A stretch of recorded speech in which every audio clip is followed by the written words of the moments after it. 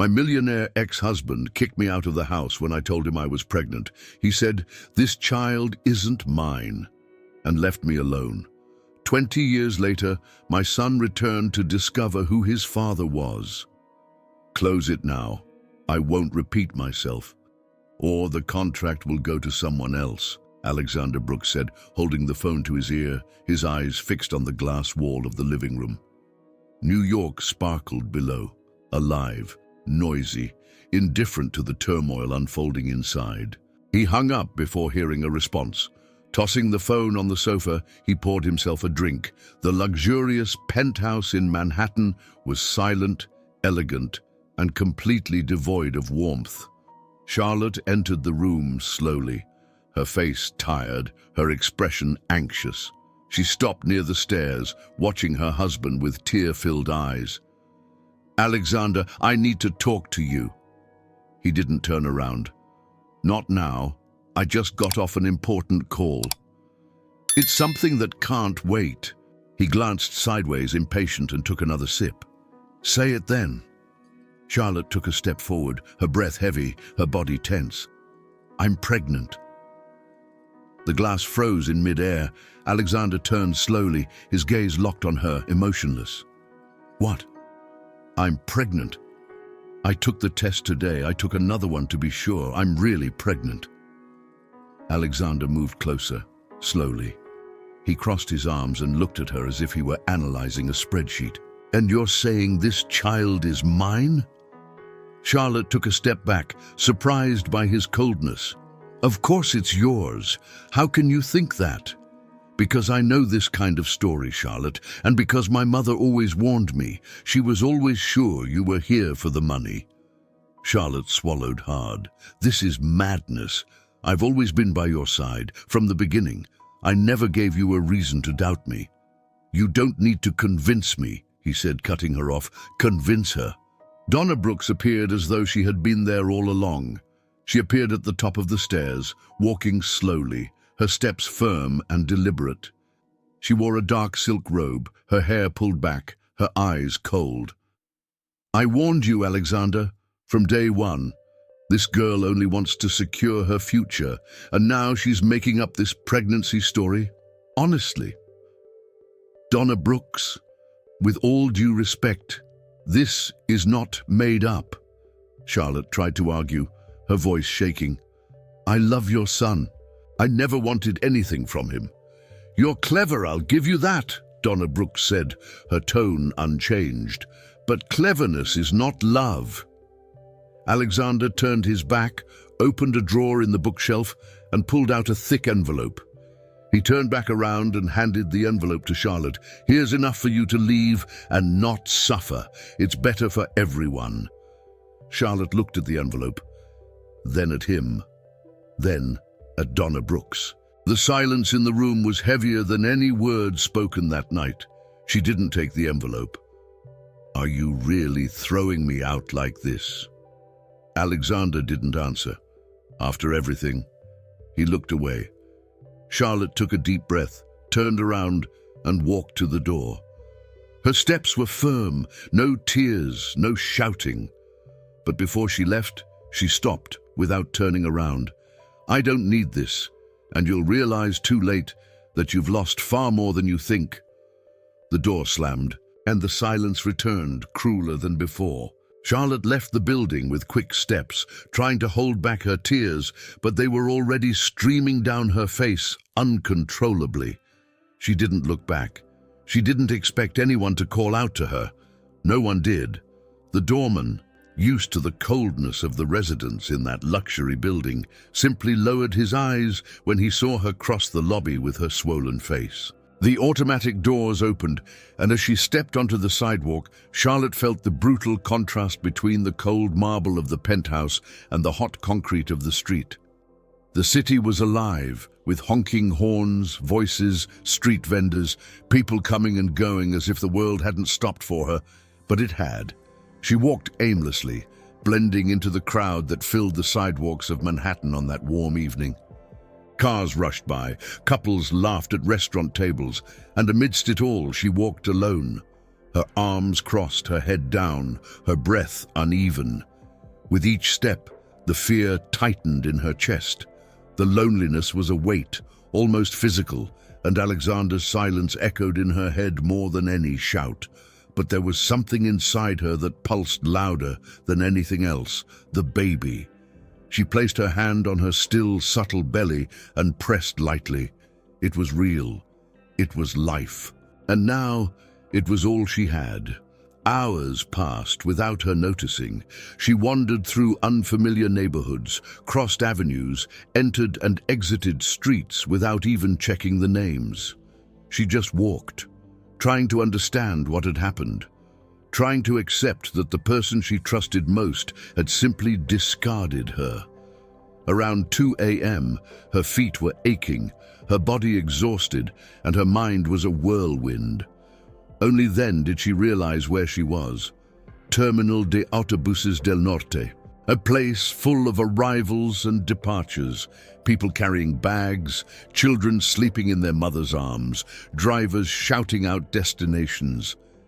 The contrast between the chaos and her own loneliness made her stop. She sat down on one of the metal benches, resting her elbows on her knees, and hid her face in her hands. She cried again, silently. As time seemed to freeze, a memory emerged, like a thread of light. Paulina, her childhood friend, the only one who had never judged her, even when she disappeared from Seattle to try her luck in the capital. They hadn't spoken in years, but this was it, or nothing. It was all she had left. She grabbed her phone, but it was almost out of battery. She quickly searched for tickets to Seattle. The price was lower than expected, but still too high for what she had in her purse. Alexander hadn't given her a cent. He didn't even care to ask where she was going. She looked at the crumpled bills and loose change at the bottom of her wallet. It wasn't enough, not even for half a ticket. Shame came before desperation. She lowered her eyes, too ashamed to ask for help. People rushed past her, not noticing her presence. Then a middle-aged man, with a simple backpack on his back and a tired expression, stopped a few meters away. He watched her for a few seconds, then approached. "Are you okay, señorita?" She slowly lifted her face, wiping her tears with the back of her hand. No, actually, I'm not." The man hesitated, then sat next to her. "I don't mean to intrude, but it looks like you need help. Is there anyone you can call?" She shook her head. "No one here. I need to get to Seattle. I have a friend there, but I don't have enough for the ticket." He was silent for a few seconds. Then he pulled his wallet from his pocket, took out some bills, and handed them to her without hesitation. "You don't have to tell me your story, but if you have someone waiting for you there, you should go. Sometimes all we need is a place to start over." Charlotte took the money, not knowing what to say. The tears returned, but this time they were different. Not from pain, but from a small relief. "Thank you. Really, I don't even know your name." "I don't know yours either, and maybe that's for the best." He stood up, nodded, and disappeared into the crowd. Charlotte stayed there for a moment, staring at the bills in her hand. It wasn't much, but it was enough. She stood up, took a deep breath, and walked to the ticket counter. "If you're watching this far, I'm sure you're liking it, so I want to ask you to subscribe to the channel." The employee barely lifted her eyes as she typed in the data. There was still more than 2 hours until the next bus departed, but she didn't care. Charlotte accepted the paper ticket as if it were a promise of a fresh start. She carefully placed it in her purse and turned to look for the man who had extended a hand to her that difficult night. He was still nearby, standing by a column, watching her discreetly. She walked over to him, trying to find words, but none seemed enough. She only managed to say, "Thank you, truly." Her eyes were misty. She smiled, a fragile smile, filled with exhaustion and emotion. The man nodded with a slight gesture, as if not wanting recognition. "Just promise me one thing," he said, his voice calm. "When you find someone who needs help like you did tonight, do the same." Charlotte nodded, moved. She swallowed the tears, but they came anyway. "I promise." He smiled for the first time. A simple, honest smile.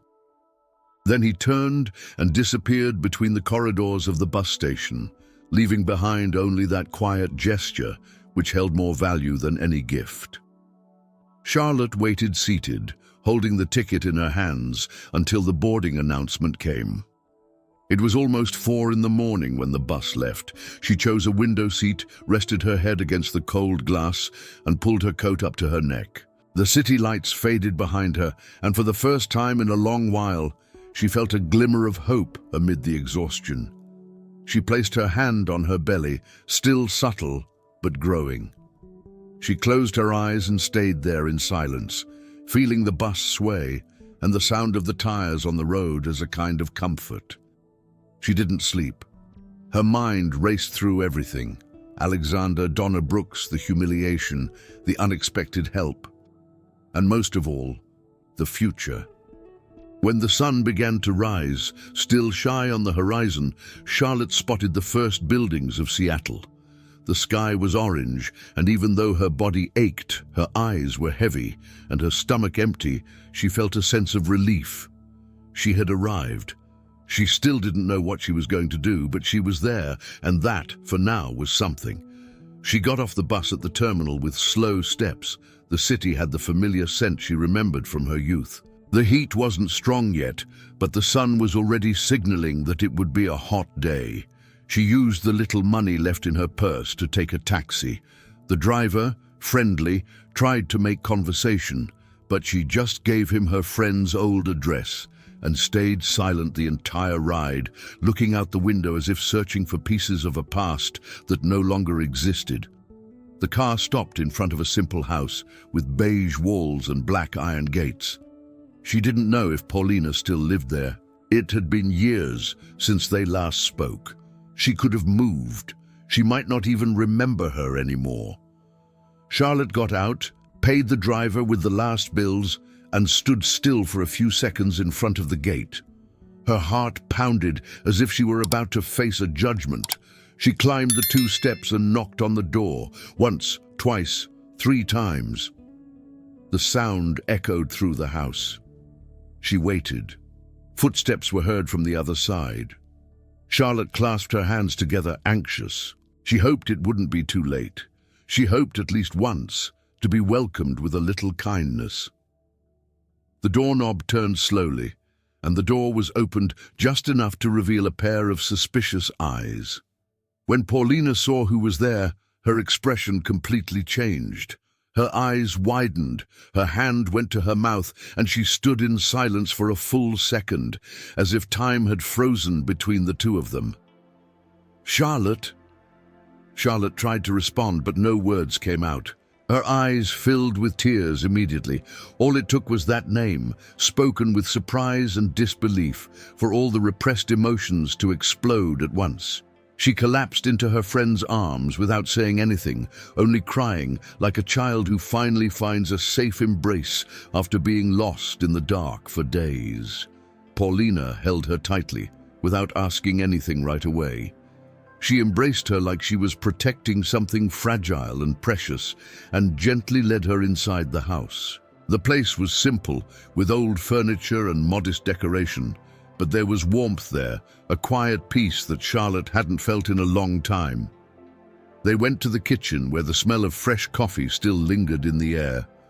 Paulina pulled out a chair for her, sat across from her, and waited for Charlotte to calm down. Her friend's hands were cold, her face pale, her eyes swollen from crying. "Tell me what happened," Paulina said softly. Charlotte took a deep breath. Where to begin? How to explain what was difficult even for her to understand? Slowly, with long pauses and inevitable tears, she began to tell her story. From the moment she discovered she was pregnant to Alexander's coldness, The humiliation with Donna Brooks, the night spent wandering the streets, the stranger who had lent her a hand at the bus station. Paulina listened in silence. She didn't interrupt. She just listened, her eyes fixed on her and a lump in her throat growing with every detail. When Charlotte finished, the two of them stayed silent for a few seconds, exchanging only glances. "You're staying here with me," Paulina said without hesitation, as if the decision had already been made before Charlotte knocked on the door. "For as long as you need. This house is small, but there's space for you and—" She looked at Charlotte's belly with tenderness. "For your baby, too." Charlotte held her friend's hand tightly. She still couldn't believe she was being welcomed with so much kindness after everything. "Thank you. I don't even know how to—" "You don't need to thank me," Paulina interrupted. "We have a history, you and I. Life has its ways. Sometimes it separates us, but when we need it the most, it brings us back together. What matters now is for you to rise again." The morning passed, and the sun was already shining through the kitchen window when they were still sitting there. They had coffee, ate bread heated in the frying pan, just like in the old days. Charlotte felt a strange sensation, light, almost forgotten, that she could hardly identify. It was relief. The house was modest, with creaky furniture and faded paint, but to Charlotte, it was the safest place in the world at that moment. The simple sofa covered with a floral sheet, the crooked pictures on the wall, the old kettle on the stove, all of it now had a different meaning. It was a new beginning. As time passed, their conversation shifted. After so much venting, Paulina began asking about the baby, about plans, about what Charlotte thought she would do moving forward. Her friend listened carefully and little by little encouraged her. "You can't let him break you," Paulina said. "Alexander may have turned his back on you, but that's not all you are. You're strong, and now you have someone inside you who will remind you of that every day." Charlotte smiled, still with tears in her eyes, but now with something different in her gaze, determination. "I just need a little time, and maybe a fresh start." "Then let's build it," Paulina replied. "Together." That morning, Charlotte woke up determined. She put on the nicest clothes she had, tied her hair back, and left with the battered folder where she had put the copies of her old resume. She walked through busy streets, knocking on doors, pharmacies, small shops, neighborhood stores. The response was always the same, though phrased differently. First, they looked at her belly.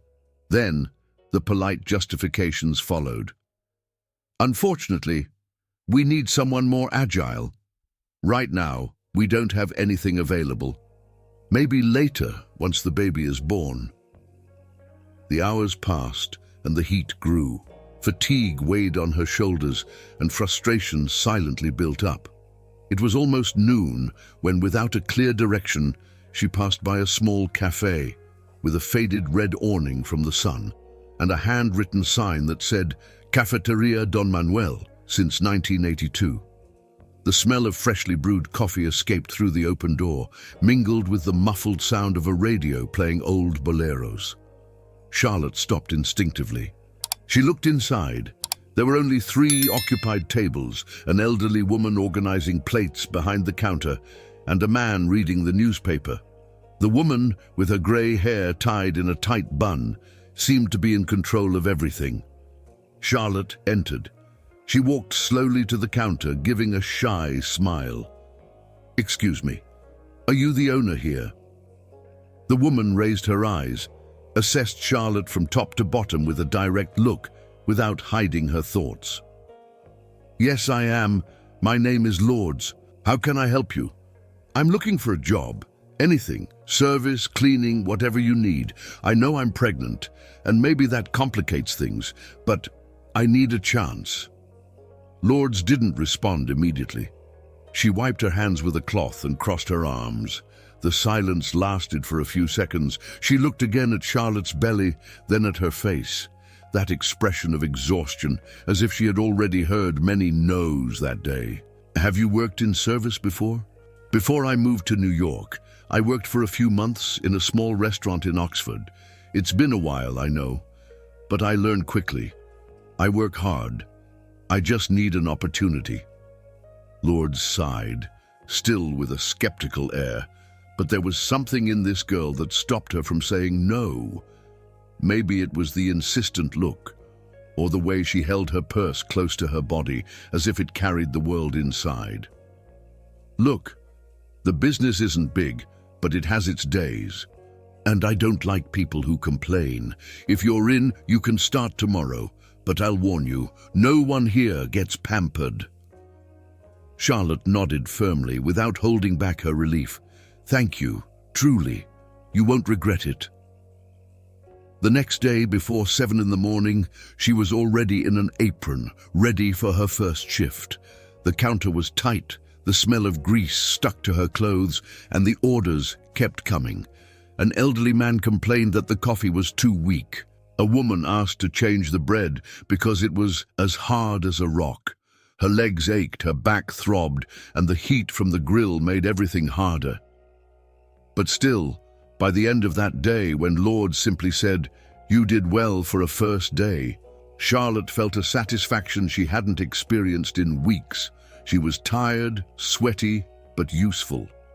She walked back home slowly, with a few coins in her pocket, and her mind already calculating what she could save. Every coin was now part of a plan, one step closer to rebuilding herself. At the end of another exhausting shift at Don Manuel's cafe, Charlotte returned home with sore feet and heavy arms. Each night, her body protested more, but her mind, on the other hand, remained awake. In silence, while she arranged the silverware in the drying rack or folded her apron, one persistent thought wouldn't leave her. She needed to go further. Surviving wasn't enough. She had to build a future, not for herself, but for the child growing inside her. Paulina noticed the longer than usual silence that night. As they shared a simple meal in the kitchen, Charlotte spoke almost without thinking. "I can't spend my life just cleaning tables and taking insults from customers. I need to do something better for my baby." Paulina nodded as if she had been expecting to hear that. She went to the cupboard and pulled out a folder with papers. "There's a community center in Oblatos. They're offering free technical courses for single mothers. I picked up these flyers a few days ago. I thought, when you're ready, you could take a look." Charlotte grabbed the material and started reading it right there, carefully. That night she went to bed late, not because her body couldn't handle it, but because her mind had finally found an outlet. The next day, right after her shift, she took a crowded bus and headed to Oblatos, in the far east of the city. The Centro Comunitario de Desarrollo Integral was simple but well kept. Children ran around the courtyard, women sat on benches discussing study materials, and the movement was intense but organized. At the reception, she asked for information and was directed to speak with the coordinator. Mrs. Mireia was a middle-aged woman with copper-colored dyed hair and glasses hanging around her neck by a chain. She had a firm posture, but a welcoming gaze. "Just being here is an important step," Mireia said as she looked at Charlotte's details. "Many people give up before they even try." "I don't have that luxury," Charlotte replied sincerely. "And what would you like to do?" Charlotte hesitated for a moment. She wasn't sure. She only knew she wanted to take care of others, a trait she'd had since childhood. Something in the healthcare field. Maybe a nursing assistant. Mireia smiled. "Good choice. We're starting a technical course next week. The classes are in the evenings, Monday through Friday. Can you handle that?" "I will," Charlotte said firmly, and she did. The routine became tight. Working during the day, classes at night, and weekends reserved for housework and minimal rest. But even exhausted, Charlotte didn't miss a single day. She always sat in the front row, notebook open, pen in hand. She had questions, of course, but she asked them, wrote them down, and learned. At first, her classmates looked at her with some curiosity. Some even whispered when they saw her growing belly, but time began to shift their perceptions. Teachers started praising her for her discipline. Other students began approaching her to study together. Her silent, determined presence became a reference within the class. Every new lesson felt like a victory. Knowing how to measure blood pressure correctly, understanding the basic principles of human anatomy, learning to handle bedridden patients, all of it sparked in her a sense that she hadn't felt in a long time: pride. When she returned home, no matter how tired she was, Charlotte would look at herself in the mirror and no longer see just a woman struggling to rebuild herself. She saw someone in the process of becoming, someone who, despite everything, hadn't given up. Sitting on her bed, she gently caressed her belly. "I'm trying, my love. I swear I'm trying to get everything right this time." And in that moment, without grand promises or absolute certainties, she felt, deep in her chest, that she was finally on the right path. Weeks turned into months, and Charlotte's belly left no doubts. Her pregnancy was progressing rapidly, just like the new life she was working so hard to build. Her days followed an almost scheduled rhythm. Breakfast with Paulina, hours on her feet serving customers at Don Manuel's cafe, crowded buses to the community center in Oblatos, evening classes, notebooks filled with notes, and her tired body finally finding rest in the early morning hours. It was a routine that would have knocked many people down, but not Charlotte. Lourdes, the cafe owner, was the first to notice the change. The shy and weary girl who had arrived now worked with confidence, organized the cafe quickly, and even on the days when she could barely bend down without supporting herself on her back, she maintained her composure and her smile. "You have more strength than you think, girl," Lourdes said one afternoon as she handed her a warm bread wrapped in a napkin. "Take it. It's for when you leave work. You can't study on an empty stomach." Charlotte thanked her with a grateful look. That simple gesture spoke volumes. Lourdes, once strict and skeptical, had now become a firm and protective presence. She would cover for Charlotte on the toughest days, insisting she sit for a few minutes when the rush died down. At home, Paulina was more than just a friend. She was shelter. She prepared warm baths when Charlotte arrived exhausted, helped her review her course material, and organized the bills with her penny by penny to make the money last until the end of the month. It was one of those nights at the community center during a class on first aid that Charlotte felt it. She was focused, paying attention to the teacher who was explaining how to immobilize fractures, when an unexpected internal movement made her stop. She placed her hand on her belly, her eyes wide, a soft nudge. Then another. The baby moved. In the middle of the cold classroom, lit by fluorescent lights, surrounded by strangers and notebooks marked with pens, Charlotte felt something words couldn't explain. She smiled to herself quietly, her eyes filled with tears. That wasn't exhaustion. That was life. After class, sitting on the bench at the bus stop, she wrote in her phone, "Today, you moved for the first time. I felt you, and everything made sense." In the following days, she began walking more upright, smiling more often, even without realizing it. Her teachers noticed. Her classmates whispered to each other about how dedicated she was, even when exhausted. One of them, during a group activity, commented, "If I had half your drive, I'd already be graduated." She smiled shyly, not seeing herself as an example, but knowing how much she was pushing herself. In her moments of rest, she started writing down ideas, calculations, and plans. She researched public schools, health centers, and social programs. She wanted to be prepared for everything. Her child's future would not be left to chance. Sometimes she still thought about Alexander. The memory didn't come with anger anymore, but with a quiet pain.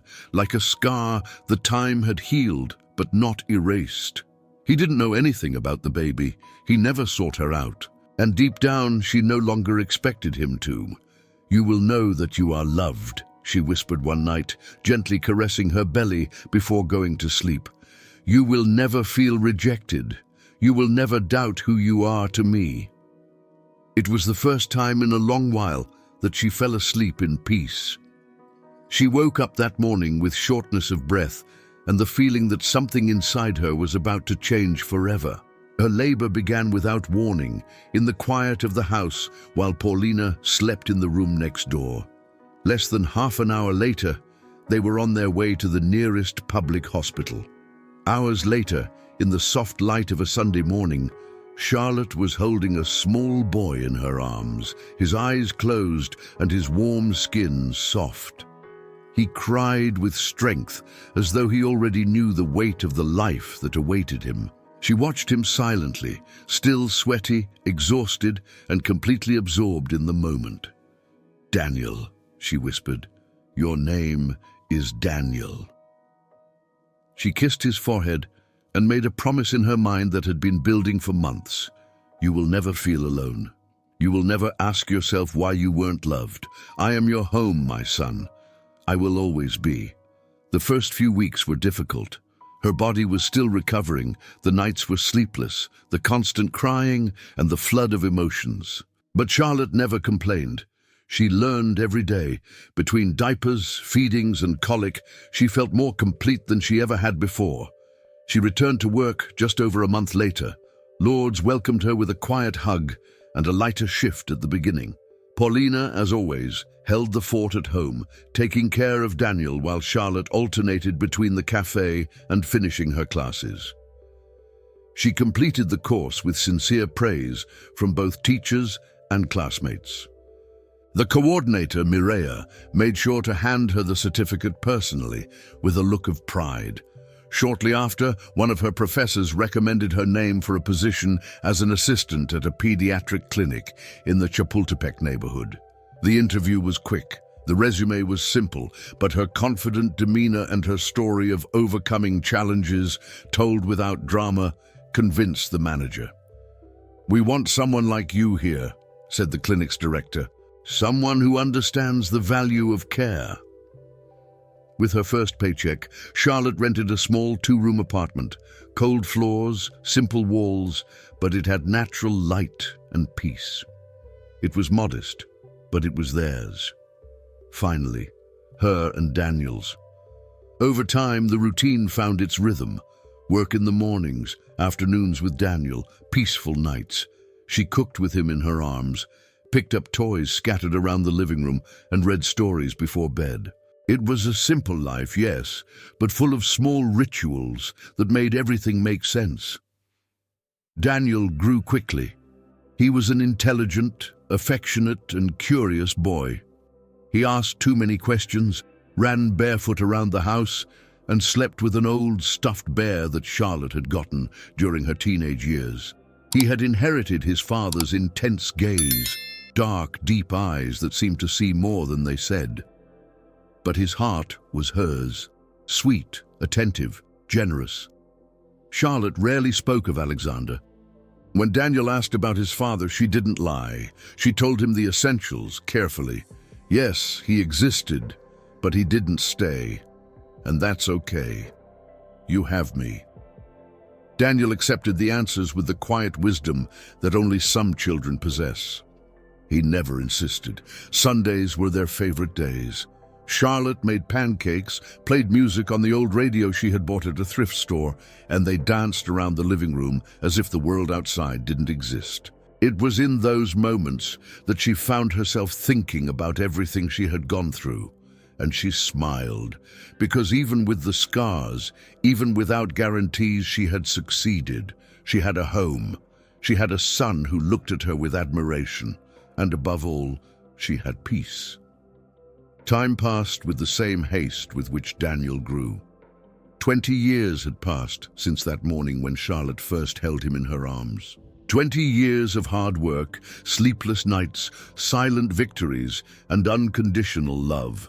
The small rented house had turned into a permanent home, the pediatric clinic had become her place in the world, and Daniel, Daniel had become a determined, intelligent young man with the same firm gaze that Charlotte had always recognized, even if she didn't want to admit where it came from. That day, she waited at the door with tears in her eyes and her heart tight. He'd been accepted into the Universidad Nacional Autónoma de Mexico, UNAM, one of her greatest prides in life, and at the same time, one of the hardest things to accept. "It's going to be a new phase for me, Mom," Daniel said, adjusting the strap of his backpack, "but I promise I'll always come back, whenever I can." She smiled, trying to hide the fear with lightness. "I know, my son, and I want you to go, to fly. Just come back every now and then, okay?" He hugged her tightly. He didn't say anything more. He knew that words didn't matter anymore. She had raised him for the world, even though that hurt. The journey to New York was long, but Daniel didn't mind. The future was just ahead, just a few kilometers away. When they arrived, the capital's hustle and bustle swallowed him up immediately, honking horns, rushing people, tall buildings. As they passed by Avenida Paseo de la Reforma, the car stopped at a red light. He looked out the window and saw, in imposing letters at the top of a skyscraper, Grupo Brooks. The name hit him like a punch. He froze for a second, his eyes fixed on that glass and steel facade. Brooks, the surname he carried only on paper, the name his mother had mentioned only a few times, almost always with the care of someone avoiding reopening old wounds. He felt his stomach churn. It was inevitable. Curiosity had been growing for years, but he pushed it away in respect to Charlotte's pain. Now, though, it took over him completely, accompanied by something harder to admit: anger. In the following days, after settling into the university dorms, he began to research. It didn't take long. Alexander Brooks was an easy name to find. The businessman was at the helm of an empire, owner of one of the largest financial holdings in the country. Pictures at events, interviews, social columns. The man had aged with elegance, maintaining the imposing air he had always had. Daniel looked at each picture with a strange mixture of fascination and repulsion. This was his father. This man, the one he had inherited his firm gaze and upright posture from, had never even tried to get to know him. He couldn't take it any longer. That night, he called his mother. She answered quickly, as always. "Everything okay?" Charlotte asked, her voice carrying the usual concern. "Yeah, Mum. I just wanted to ask you something serious." "Go ahead, son." "Did he ever want to know about me?" On the other end of the line, there was a long silence. Daniel almost repeated the question, but she answered before he could. "He knew you existed." That was all she said, and that was enough. Daniel stayed silent for a few seconds, processing. Then he hung up with a simple, "Good night." That night, lying on a mattress that still felt strange, staring at the ceiling and listening to the distant sounds of the city, he made a silent decision. It was time to face the past. Daniel woke up before dawn. He spent nearly an hour in front of the mirror, trying to tame his hair and choose the right shirt. He wanted to look perfect, not to impress, but so that when Alexander looked him in the eye, he would see everything he had lost. He chose a dark blue shirt, the same one he had worn at the university's welcome ceremony. He took a deep breath, adjusted the collar, and left. The Brooks Group building was located in the heart of New York's financial district, a sleek skyscraper, surrounded by security guards and receptionists dressed formally. Daniel walked in with determination. His hands were sweaty, but his steps were firm. He approached the front desk and looked directly at the receptionist. "Good morning. I need to speak with Mr. Alexander Brooks. It's a personal matter." The woman quickly typed something, not looking up at him. "Do you have an appointment?" "No, but tell him it's important. Personal." The receptionist finally looked at him. She studied his face for a moment, then hesitated. She picked up the phone, murmured something quietly, and after an uncomfortable silence, instructed Daniel to go to the top floor, escorted by a security guard. The elevator rose slowly, and the tension built with each floor. When the doors opened, Daniel was led to a quiet waiting room with wood-paneled walls and paintings of European landscapes. A few minutes later, the door opened. "Come in." Alexander was standing, facing the panoramic window. His hair was now graying, impeccably combed. His posture was still imposing, the dark suit matching the cold demeanor he had always carried. When he turned around, he looked at Daniel with a slight furrow of his brow. "Can I know who you are?" Daniel closed the door behind him. He kept his gaze steady. His heart pounded, but his voice came out clear. "My name is Daniel. Daniel Ramirez Brooks. I'm your son." The silence that followed was almost violent. Alexander didn't say anything. He just stared at him, now without blinking, as if trying to look through him. Long seconds dragged on before he finally took a step toward Daniel. "Is this some kind of joke?" "It's no joke," Daniel replied. "My mother is Charlotte Ramirez. She told you about me." Alexander chuckled dryly, a short laugh, one that didn't reach his eyes. "Charlotte, of course. She's always been good at creating stories with emotion, and now you show up here 20 years later with this drama." Daniel felt his face flush with anger. "This isn't drama. I didn't come to ask for anything. I just wanted to look you in the eye and understand. Why? Why did you never try to find out?" Alexander crossed his arms and leaned on the edge of the desk. "Because I believed I'd been deceived. She showed up with this pregnancy story when everything was falling apart. My mother always said she was opportunistic, and I chose to believe her." Daniel blinked slowly, trying to hold back the rage, the pain, the exhaustion that rose within him. "And you never questioned your own doubts, never thought that maybe you were wrong?" Alexander turned his gaze away, but didn't answer. His silence spoke more than any justification. Daniel took a step back, clenching his fists. "I grew up not knowing anything about you. I never needed your money. I only wanted to know if you were a decent man." Alexander didn't react. "Now I know." He turned around and left without waiting for another word. The door shut behind him with a sharp click. The hallway seemed narrower than when he had entered. The wind felt colder when Daniel left the Brooks Group building, even though the sun was still high in the sky. He walked through the bustling streets of New York without a destination, his eyes fixed on nothing. The noise of the cars, the voices crossing the sidewalks, the fruit vendors on the corners, everything seemed muffled, distant. He could only hear his own breathing and the words of his father still echoing in his head. "She was opportunistic. I preferred to believe. Now you show up with this drama." Each sentence weighed more than the last.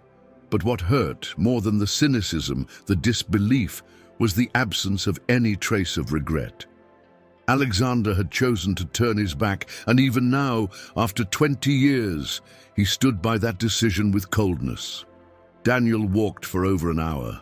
He only stopped when he found himself in a park, sat on a bench in the shade of a tree, and stared at his phone for a few seconds before making the call. "Hello," Charlotte answered, her voice calm, already recognizing her son's number. "Mom, I went to see him." On the other end of the line, there was a brief, respectful silence. She wasn't surprised. "And how was it?" Daniel took a deep breath. "He didn't recognize me, didn't even try.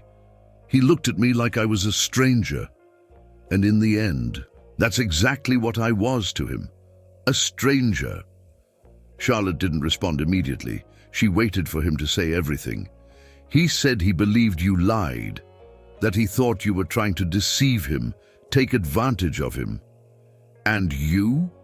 What did you feel?" she asked, her voice firm but sweet. anger. A lot. But now, I'm just empty. Another moment of silence. Then, Charlotte spoke with the serenity of someone who had carried the weight of making the right choice for 2 decades. I never hid who your father was from you, but I never expected anything from him either. Maybe because deep down, I always knew who he really was. I just didn't want you growing up with hate in your heart. Because hate corrodes the soul of the one who feels it, not of the one who caused it. Daniel listened attentively, absorbing every word as if they were the final pieces of a puzzle he had spent years putting together. You did everything on your own, Mom. Everything. And you never lacked anything. I should have told you this earlier, but thank you for being everything he refused to be. Charlotte smiled on the other end of the line, though her eyes were misty. You are who you are because of your own merit, Daniel. I've just been by your side, and I'll always be there whenever you need me. They said goodbye with affection, and when Daniel hung up, he sat there on the bench for a few more minutes, feeling something different. It wasn't exactly relief, but a kind of peace, like an open wound had finally been washed. It still hurt, but now it could heal. When he returned to his university dorm, he took a long shower, organized his books on the desk, and sat down to study. For the first time in days, he was able to truly concentrate. The words flowed, and his mind returned to its rhythm. A new chapter was beginning, one that he would write with purpose. In the final year of his economics course, Daniel was already well recognized by his professors and respected by his peers. He presented projects with clarity, participated in debates with confidence, and carried a seriousness about him that drew attention in any room he entered. At the graduation ceremony, he received the highest honors in the course. The auditorium stood and applauded when his name was announced among the top students in the class. In the middle of the audience, amidst proud families and cell phone flashes, Charlotte held a small bouquet of flowers wrapped in simple paper. She didn't cry, but her eyes shone as if they carried the weight of everything they had lived through together. She didn't need to say anything. Daniel saw her from a distance, smiled, and gave a subtle nod. That moment was for her too. A few months after graduation, he secured an internship at a well-regarded investment firm. He started with basic tasks, but demonstrated efficiency and initiative in everything he did. He observed more than he spoke, learned in silence, and delivered results. It didn't take long before he was called into more important meetings, and before the end of his internship contract, he was offered a position as a junior analyst. During a team gathering, one of the senior colleagues, Gustavo, approached him casually and struck up a conversation. Have you thought about working with financial technology, fintechs, startups, that sort of thing? Daniel replied that he had, but hadn't found the right opportunity yet. I'm starting a project with some partners, serious people. We need someone with your profile. Interested? It didn't take long for Daniel to accept. A few weeks later, he was part of the founding team of a startup focused on digital solutions for micro-investors. The work was intense, the hours endless, the risks high, but there was freedom, creativity, and a sense of building something he had never experienced before. The company grew faster than anyone had anticipated. In 2 years, it had become a reference in the industry, winning innovation awards, with international expansion already in the works. Daniel had become the young, technical, and reliable face of the company. Interviews, events, panels.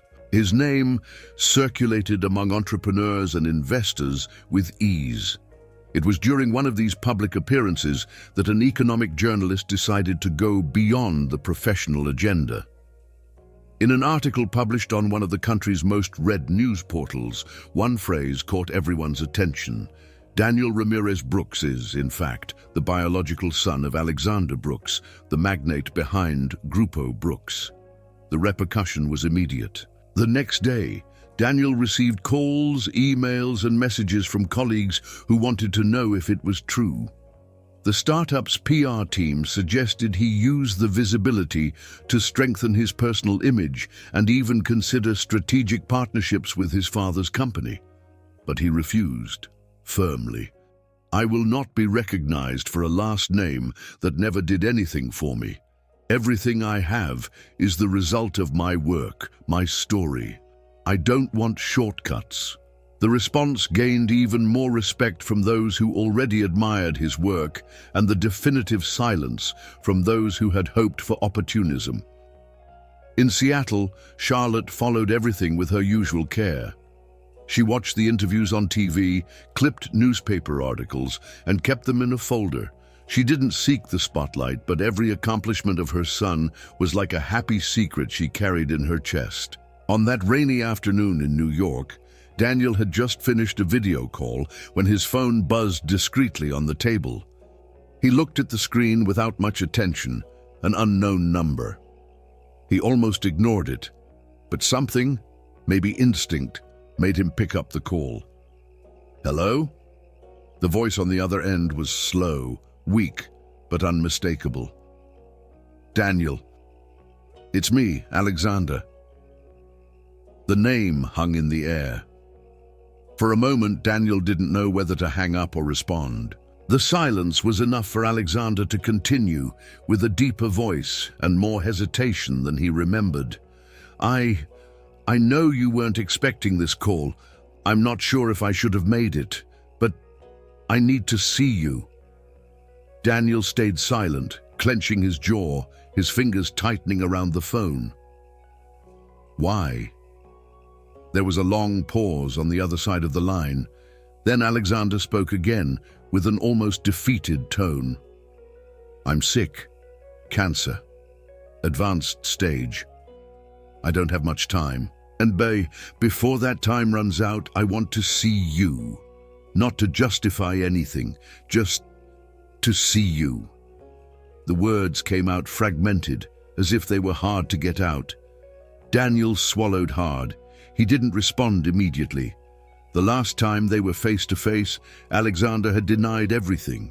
Now he was seeking him out at the edge of his life. There was something cowardly about it, and at the same time, tragically human. "Okay," Daniel finally responded. "Tell me where." They arranged to meet at the end of the week, at a discreet restaurant in Colonia, Roma, far from the eyes of the press and the noise of the big financial centers. It was a simple place, with dark wooden tables and yellowish lighting. Daniel arrived a few minutes early, ordered a glass of water and waited. Alexander arrived on time, but he was no longer the same. He walked slowly, his skin paler, his eyes tired. He wore a blazer that seemed too big for his now narrower shoulders. When he saw Daniel, he hesitated before approaching. Daniel stood up out of politeness. The hug didn't come, just a nod. They sat down. The initial silence was thick, almost oppressive. Alexander got straight to the point, as he always had. "I have metastasis. In my lungs, liver, bones. The doctors say it's a matter of months, maybe less. And the more time passes, the heavier it gets, not to really know you." Daniel watched him in silence. His face didn't show anything, no compassion, no hate, just a contained tension. "You had time," Daniel replied finally. "Years." Alexander nodded without defending himself. "I know, and I won't justify it. I was wrong. I hid behind pride, distrust. I lacked courage. Cowardice comes in many forms, and mine was this. Running away from everything that unsettled me, including you." Daniel breathed deeply. He was listening, but there was something else building inside him. He wasn't sure what it was. Maybe it was the desire to walk away, or perhaps a faint sense of compassion for a man who had lived his life avoiding vulnerability. "Why now?" Daniel asked. "Because I'm dying, and because, despite everything, you're my son. I don't want to go without at least asking for forgiveness. I don't want anything in return. Not for you to accept me, not for you to call me father. I just needed to tell you this, honestly." Daniel stayed silent. He didn't know what to say. Part of him wanted to stand up and leave. Another part wanted to stay and hear more. His feelings tangled, fighting inside of him with an old force. He finished his glass of water, stood up calmly. "I don't know what to do with this right now. I need time." Alexander nodded again. He didn't insist. He only watched as Daniel walked away through the restaurant door. Outside, the rain had stopped. Daniel walked aimlessly for a few minutes, his heart heavy, his mind conflicted. For the first time since their reunion, he didn't feel just anger. He felt doubt. Now, the decision was his. Daniel lived a silent conflict. He thought about Alexander frequently, not for what he was, but for what he had shown himself to be in that final moment, a broken man without defenses, trying, perhaps too late, to repair the absence of a whole lifetime. After a week of reflection, he decided to see him again. This time, not to confront, but to listen. Alexander was already in a private hospital in Colonia del Valle. The cancer had advanced quickly, and the pain had become more frequent. When Daniel walked into the room for the first time, he found his father lying in bed, connected to tubes and monitors, but still conscious. Alexander welcomed him with a tired look and a slight smile. He didn't say anything right away. He simply motioned for Daniel to sit. The visits became more frequent. Little by little, silence gave way to long, honest and painful conversations. Alexander spoke in pauses, his voice hoarse and slow, as if every word required both physical and emotional effort. "You know, I wasn't this man when your mother met me.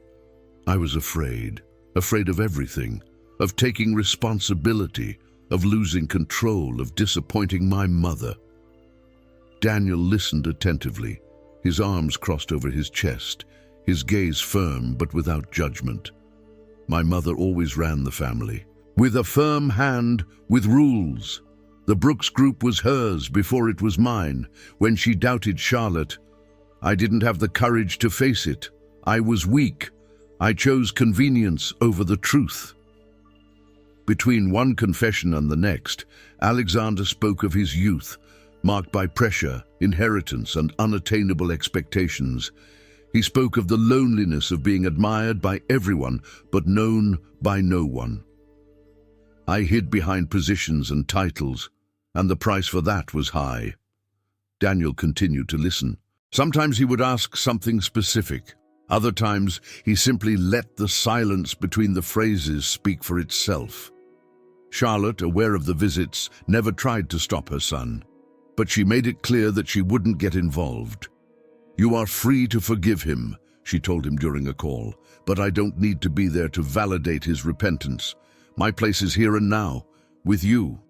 It always has been."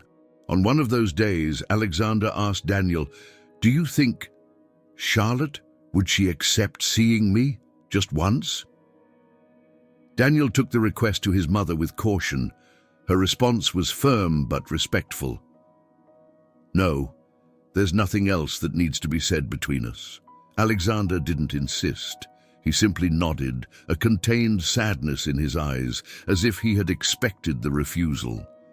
In the following weeks, his health worsened. Daniel began visiting him every day, sometimes just to hold his hand, other times to hear new stories, scattered memories, childhood recollections, questions he had never had the courage to share with anyone. One afternoon, when Daniel realized that the end was near, Alexander handed him a thick envelope tied with black ribbon. Inside were letters written by hand, documents, a personal journal that Alexander had started years ago. None of it required immediate reading. "I don't know if you'll want to know everything now, but it's all there. Truths, mistakes, fears, what I was, and what I tried to be in the end." Daniel held the envelope without promising anything. He simply nodded.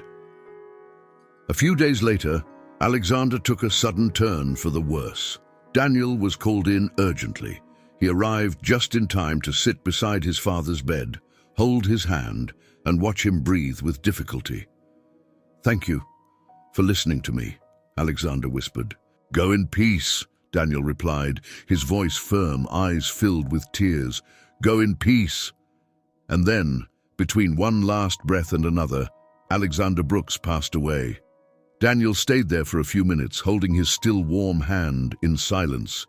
He didn't cry, he didn't feel relief, just a strange calm, as though a chapter had been closed with the precision of a final period. After the funeral, Daniel spent weeks in silence. Not a silence of paralyzing grief, but one of someone who needed to organize what he felt, what he thought, what remained. Alexander's absence didn't disturb him. It was the recent presence, full of revelations and late marks, that needed to be understood. There was no official will, no formal document left by Alexander determining the division of his fortune. But among the papers found at the hospital and the internal company files, the lawyers identified several records in which he had requested transfers, shares in Daniel's name, and investments made discreetly over the last year. It wasn't the largest portion of the inheritance, but it was more than enough to completely change his life. Daniel accepted it with respect, but without enthusiasm. To him, it wasn't a reward. It was the last gesture of someone who, even late, had tried to do something right. A few days later, he received the keys to Alexander's former office, a reserved room inside the Brooks Group headquarters that had remained locked since Alexander's death. Inside, among books, old papers, and personal items, Daniel found a dark wooden box carefully labeled with his name. Inside it were the journals and letters Alexander had mentioned, written during different phases of his life, the handwriting changing with the years, but always filled with restlessness. There were entire pages discussing regrets he had never dared to speak aloud. Stories of his fear of disappointing his mother, losing control of his image, of loving and not knowing how to express it. Daniel read it all, bit by bit, respecting each pause, each confession. And in the end, he came to one certainty. Alexander had never been happy. He had power, respect, prestige, but never peace. He was a man who had lived trying to meet expectations, and because of that, he had pushed away everything that could have been real.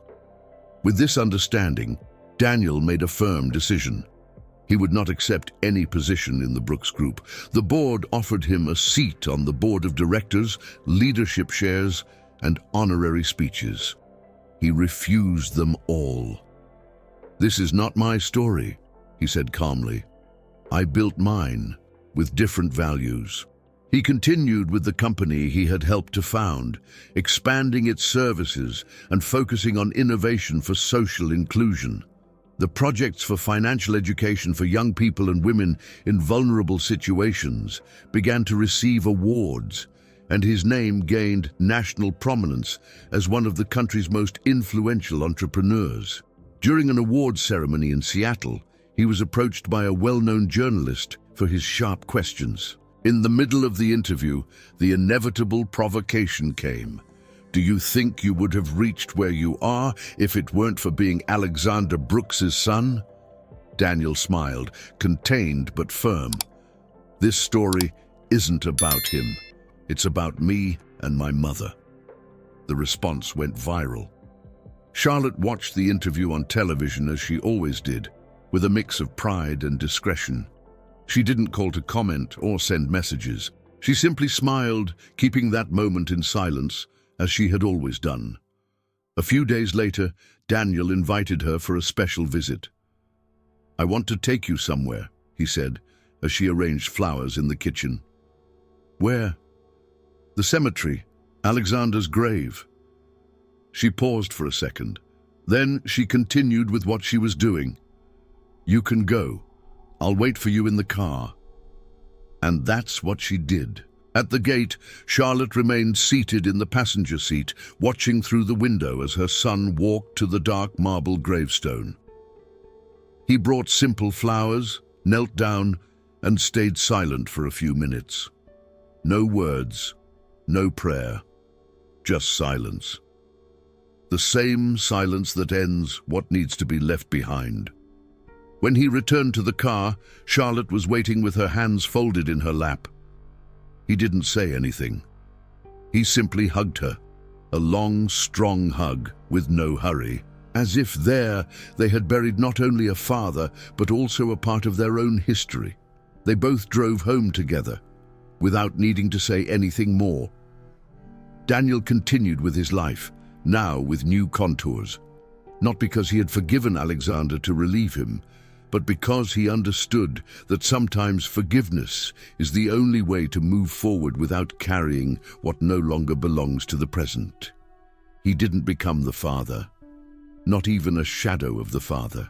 He became the man he wanted to be, integral, free, committed to the truth and to those he loved. He looked at the past not as a burden, but as a foundation. Because, despite the abandonment, there had been love. True love, a mother's love. And it was this love, and only this, that shaped the man the world now applauded.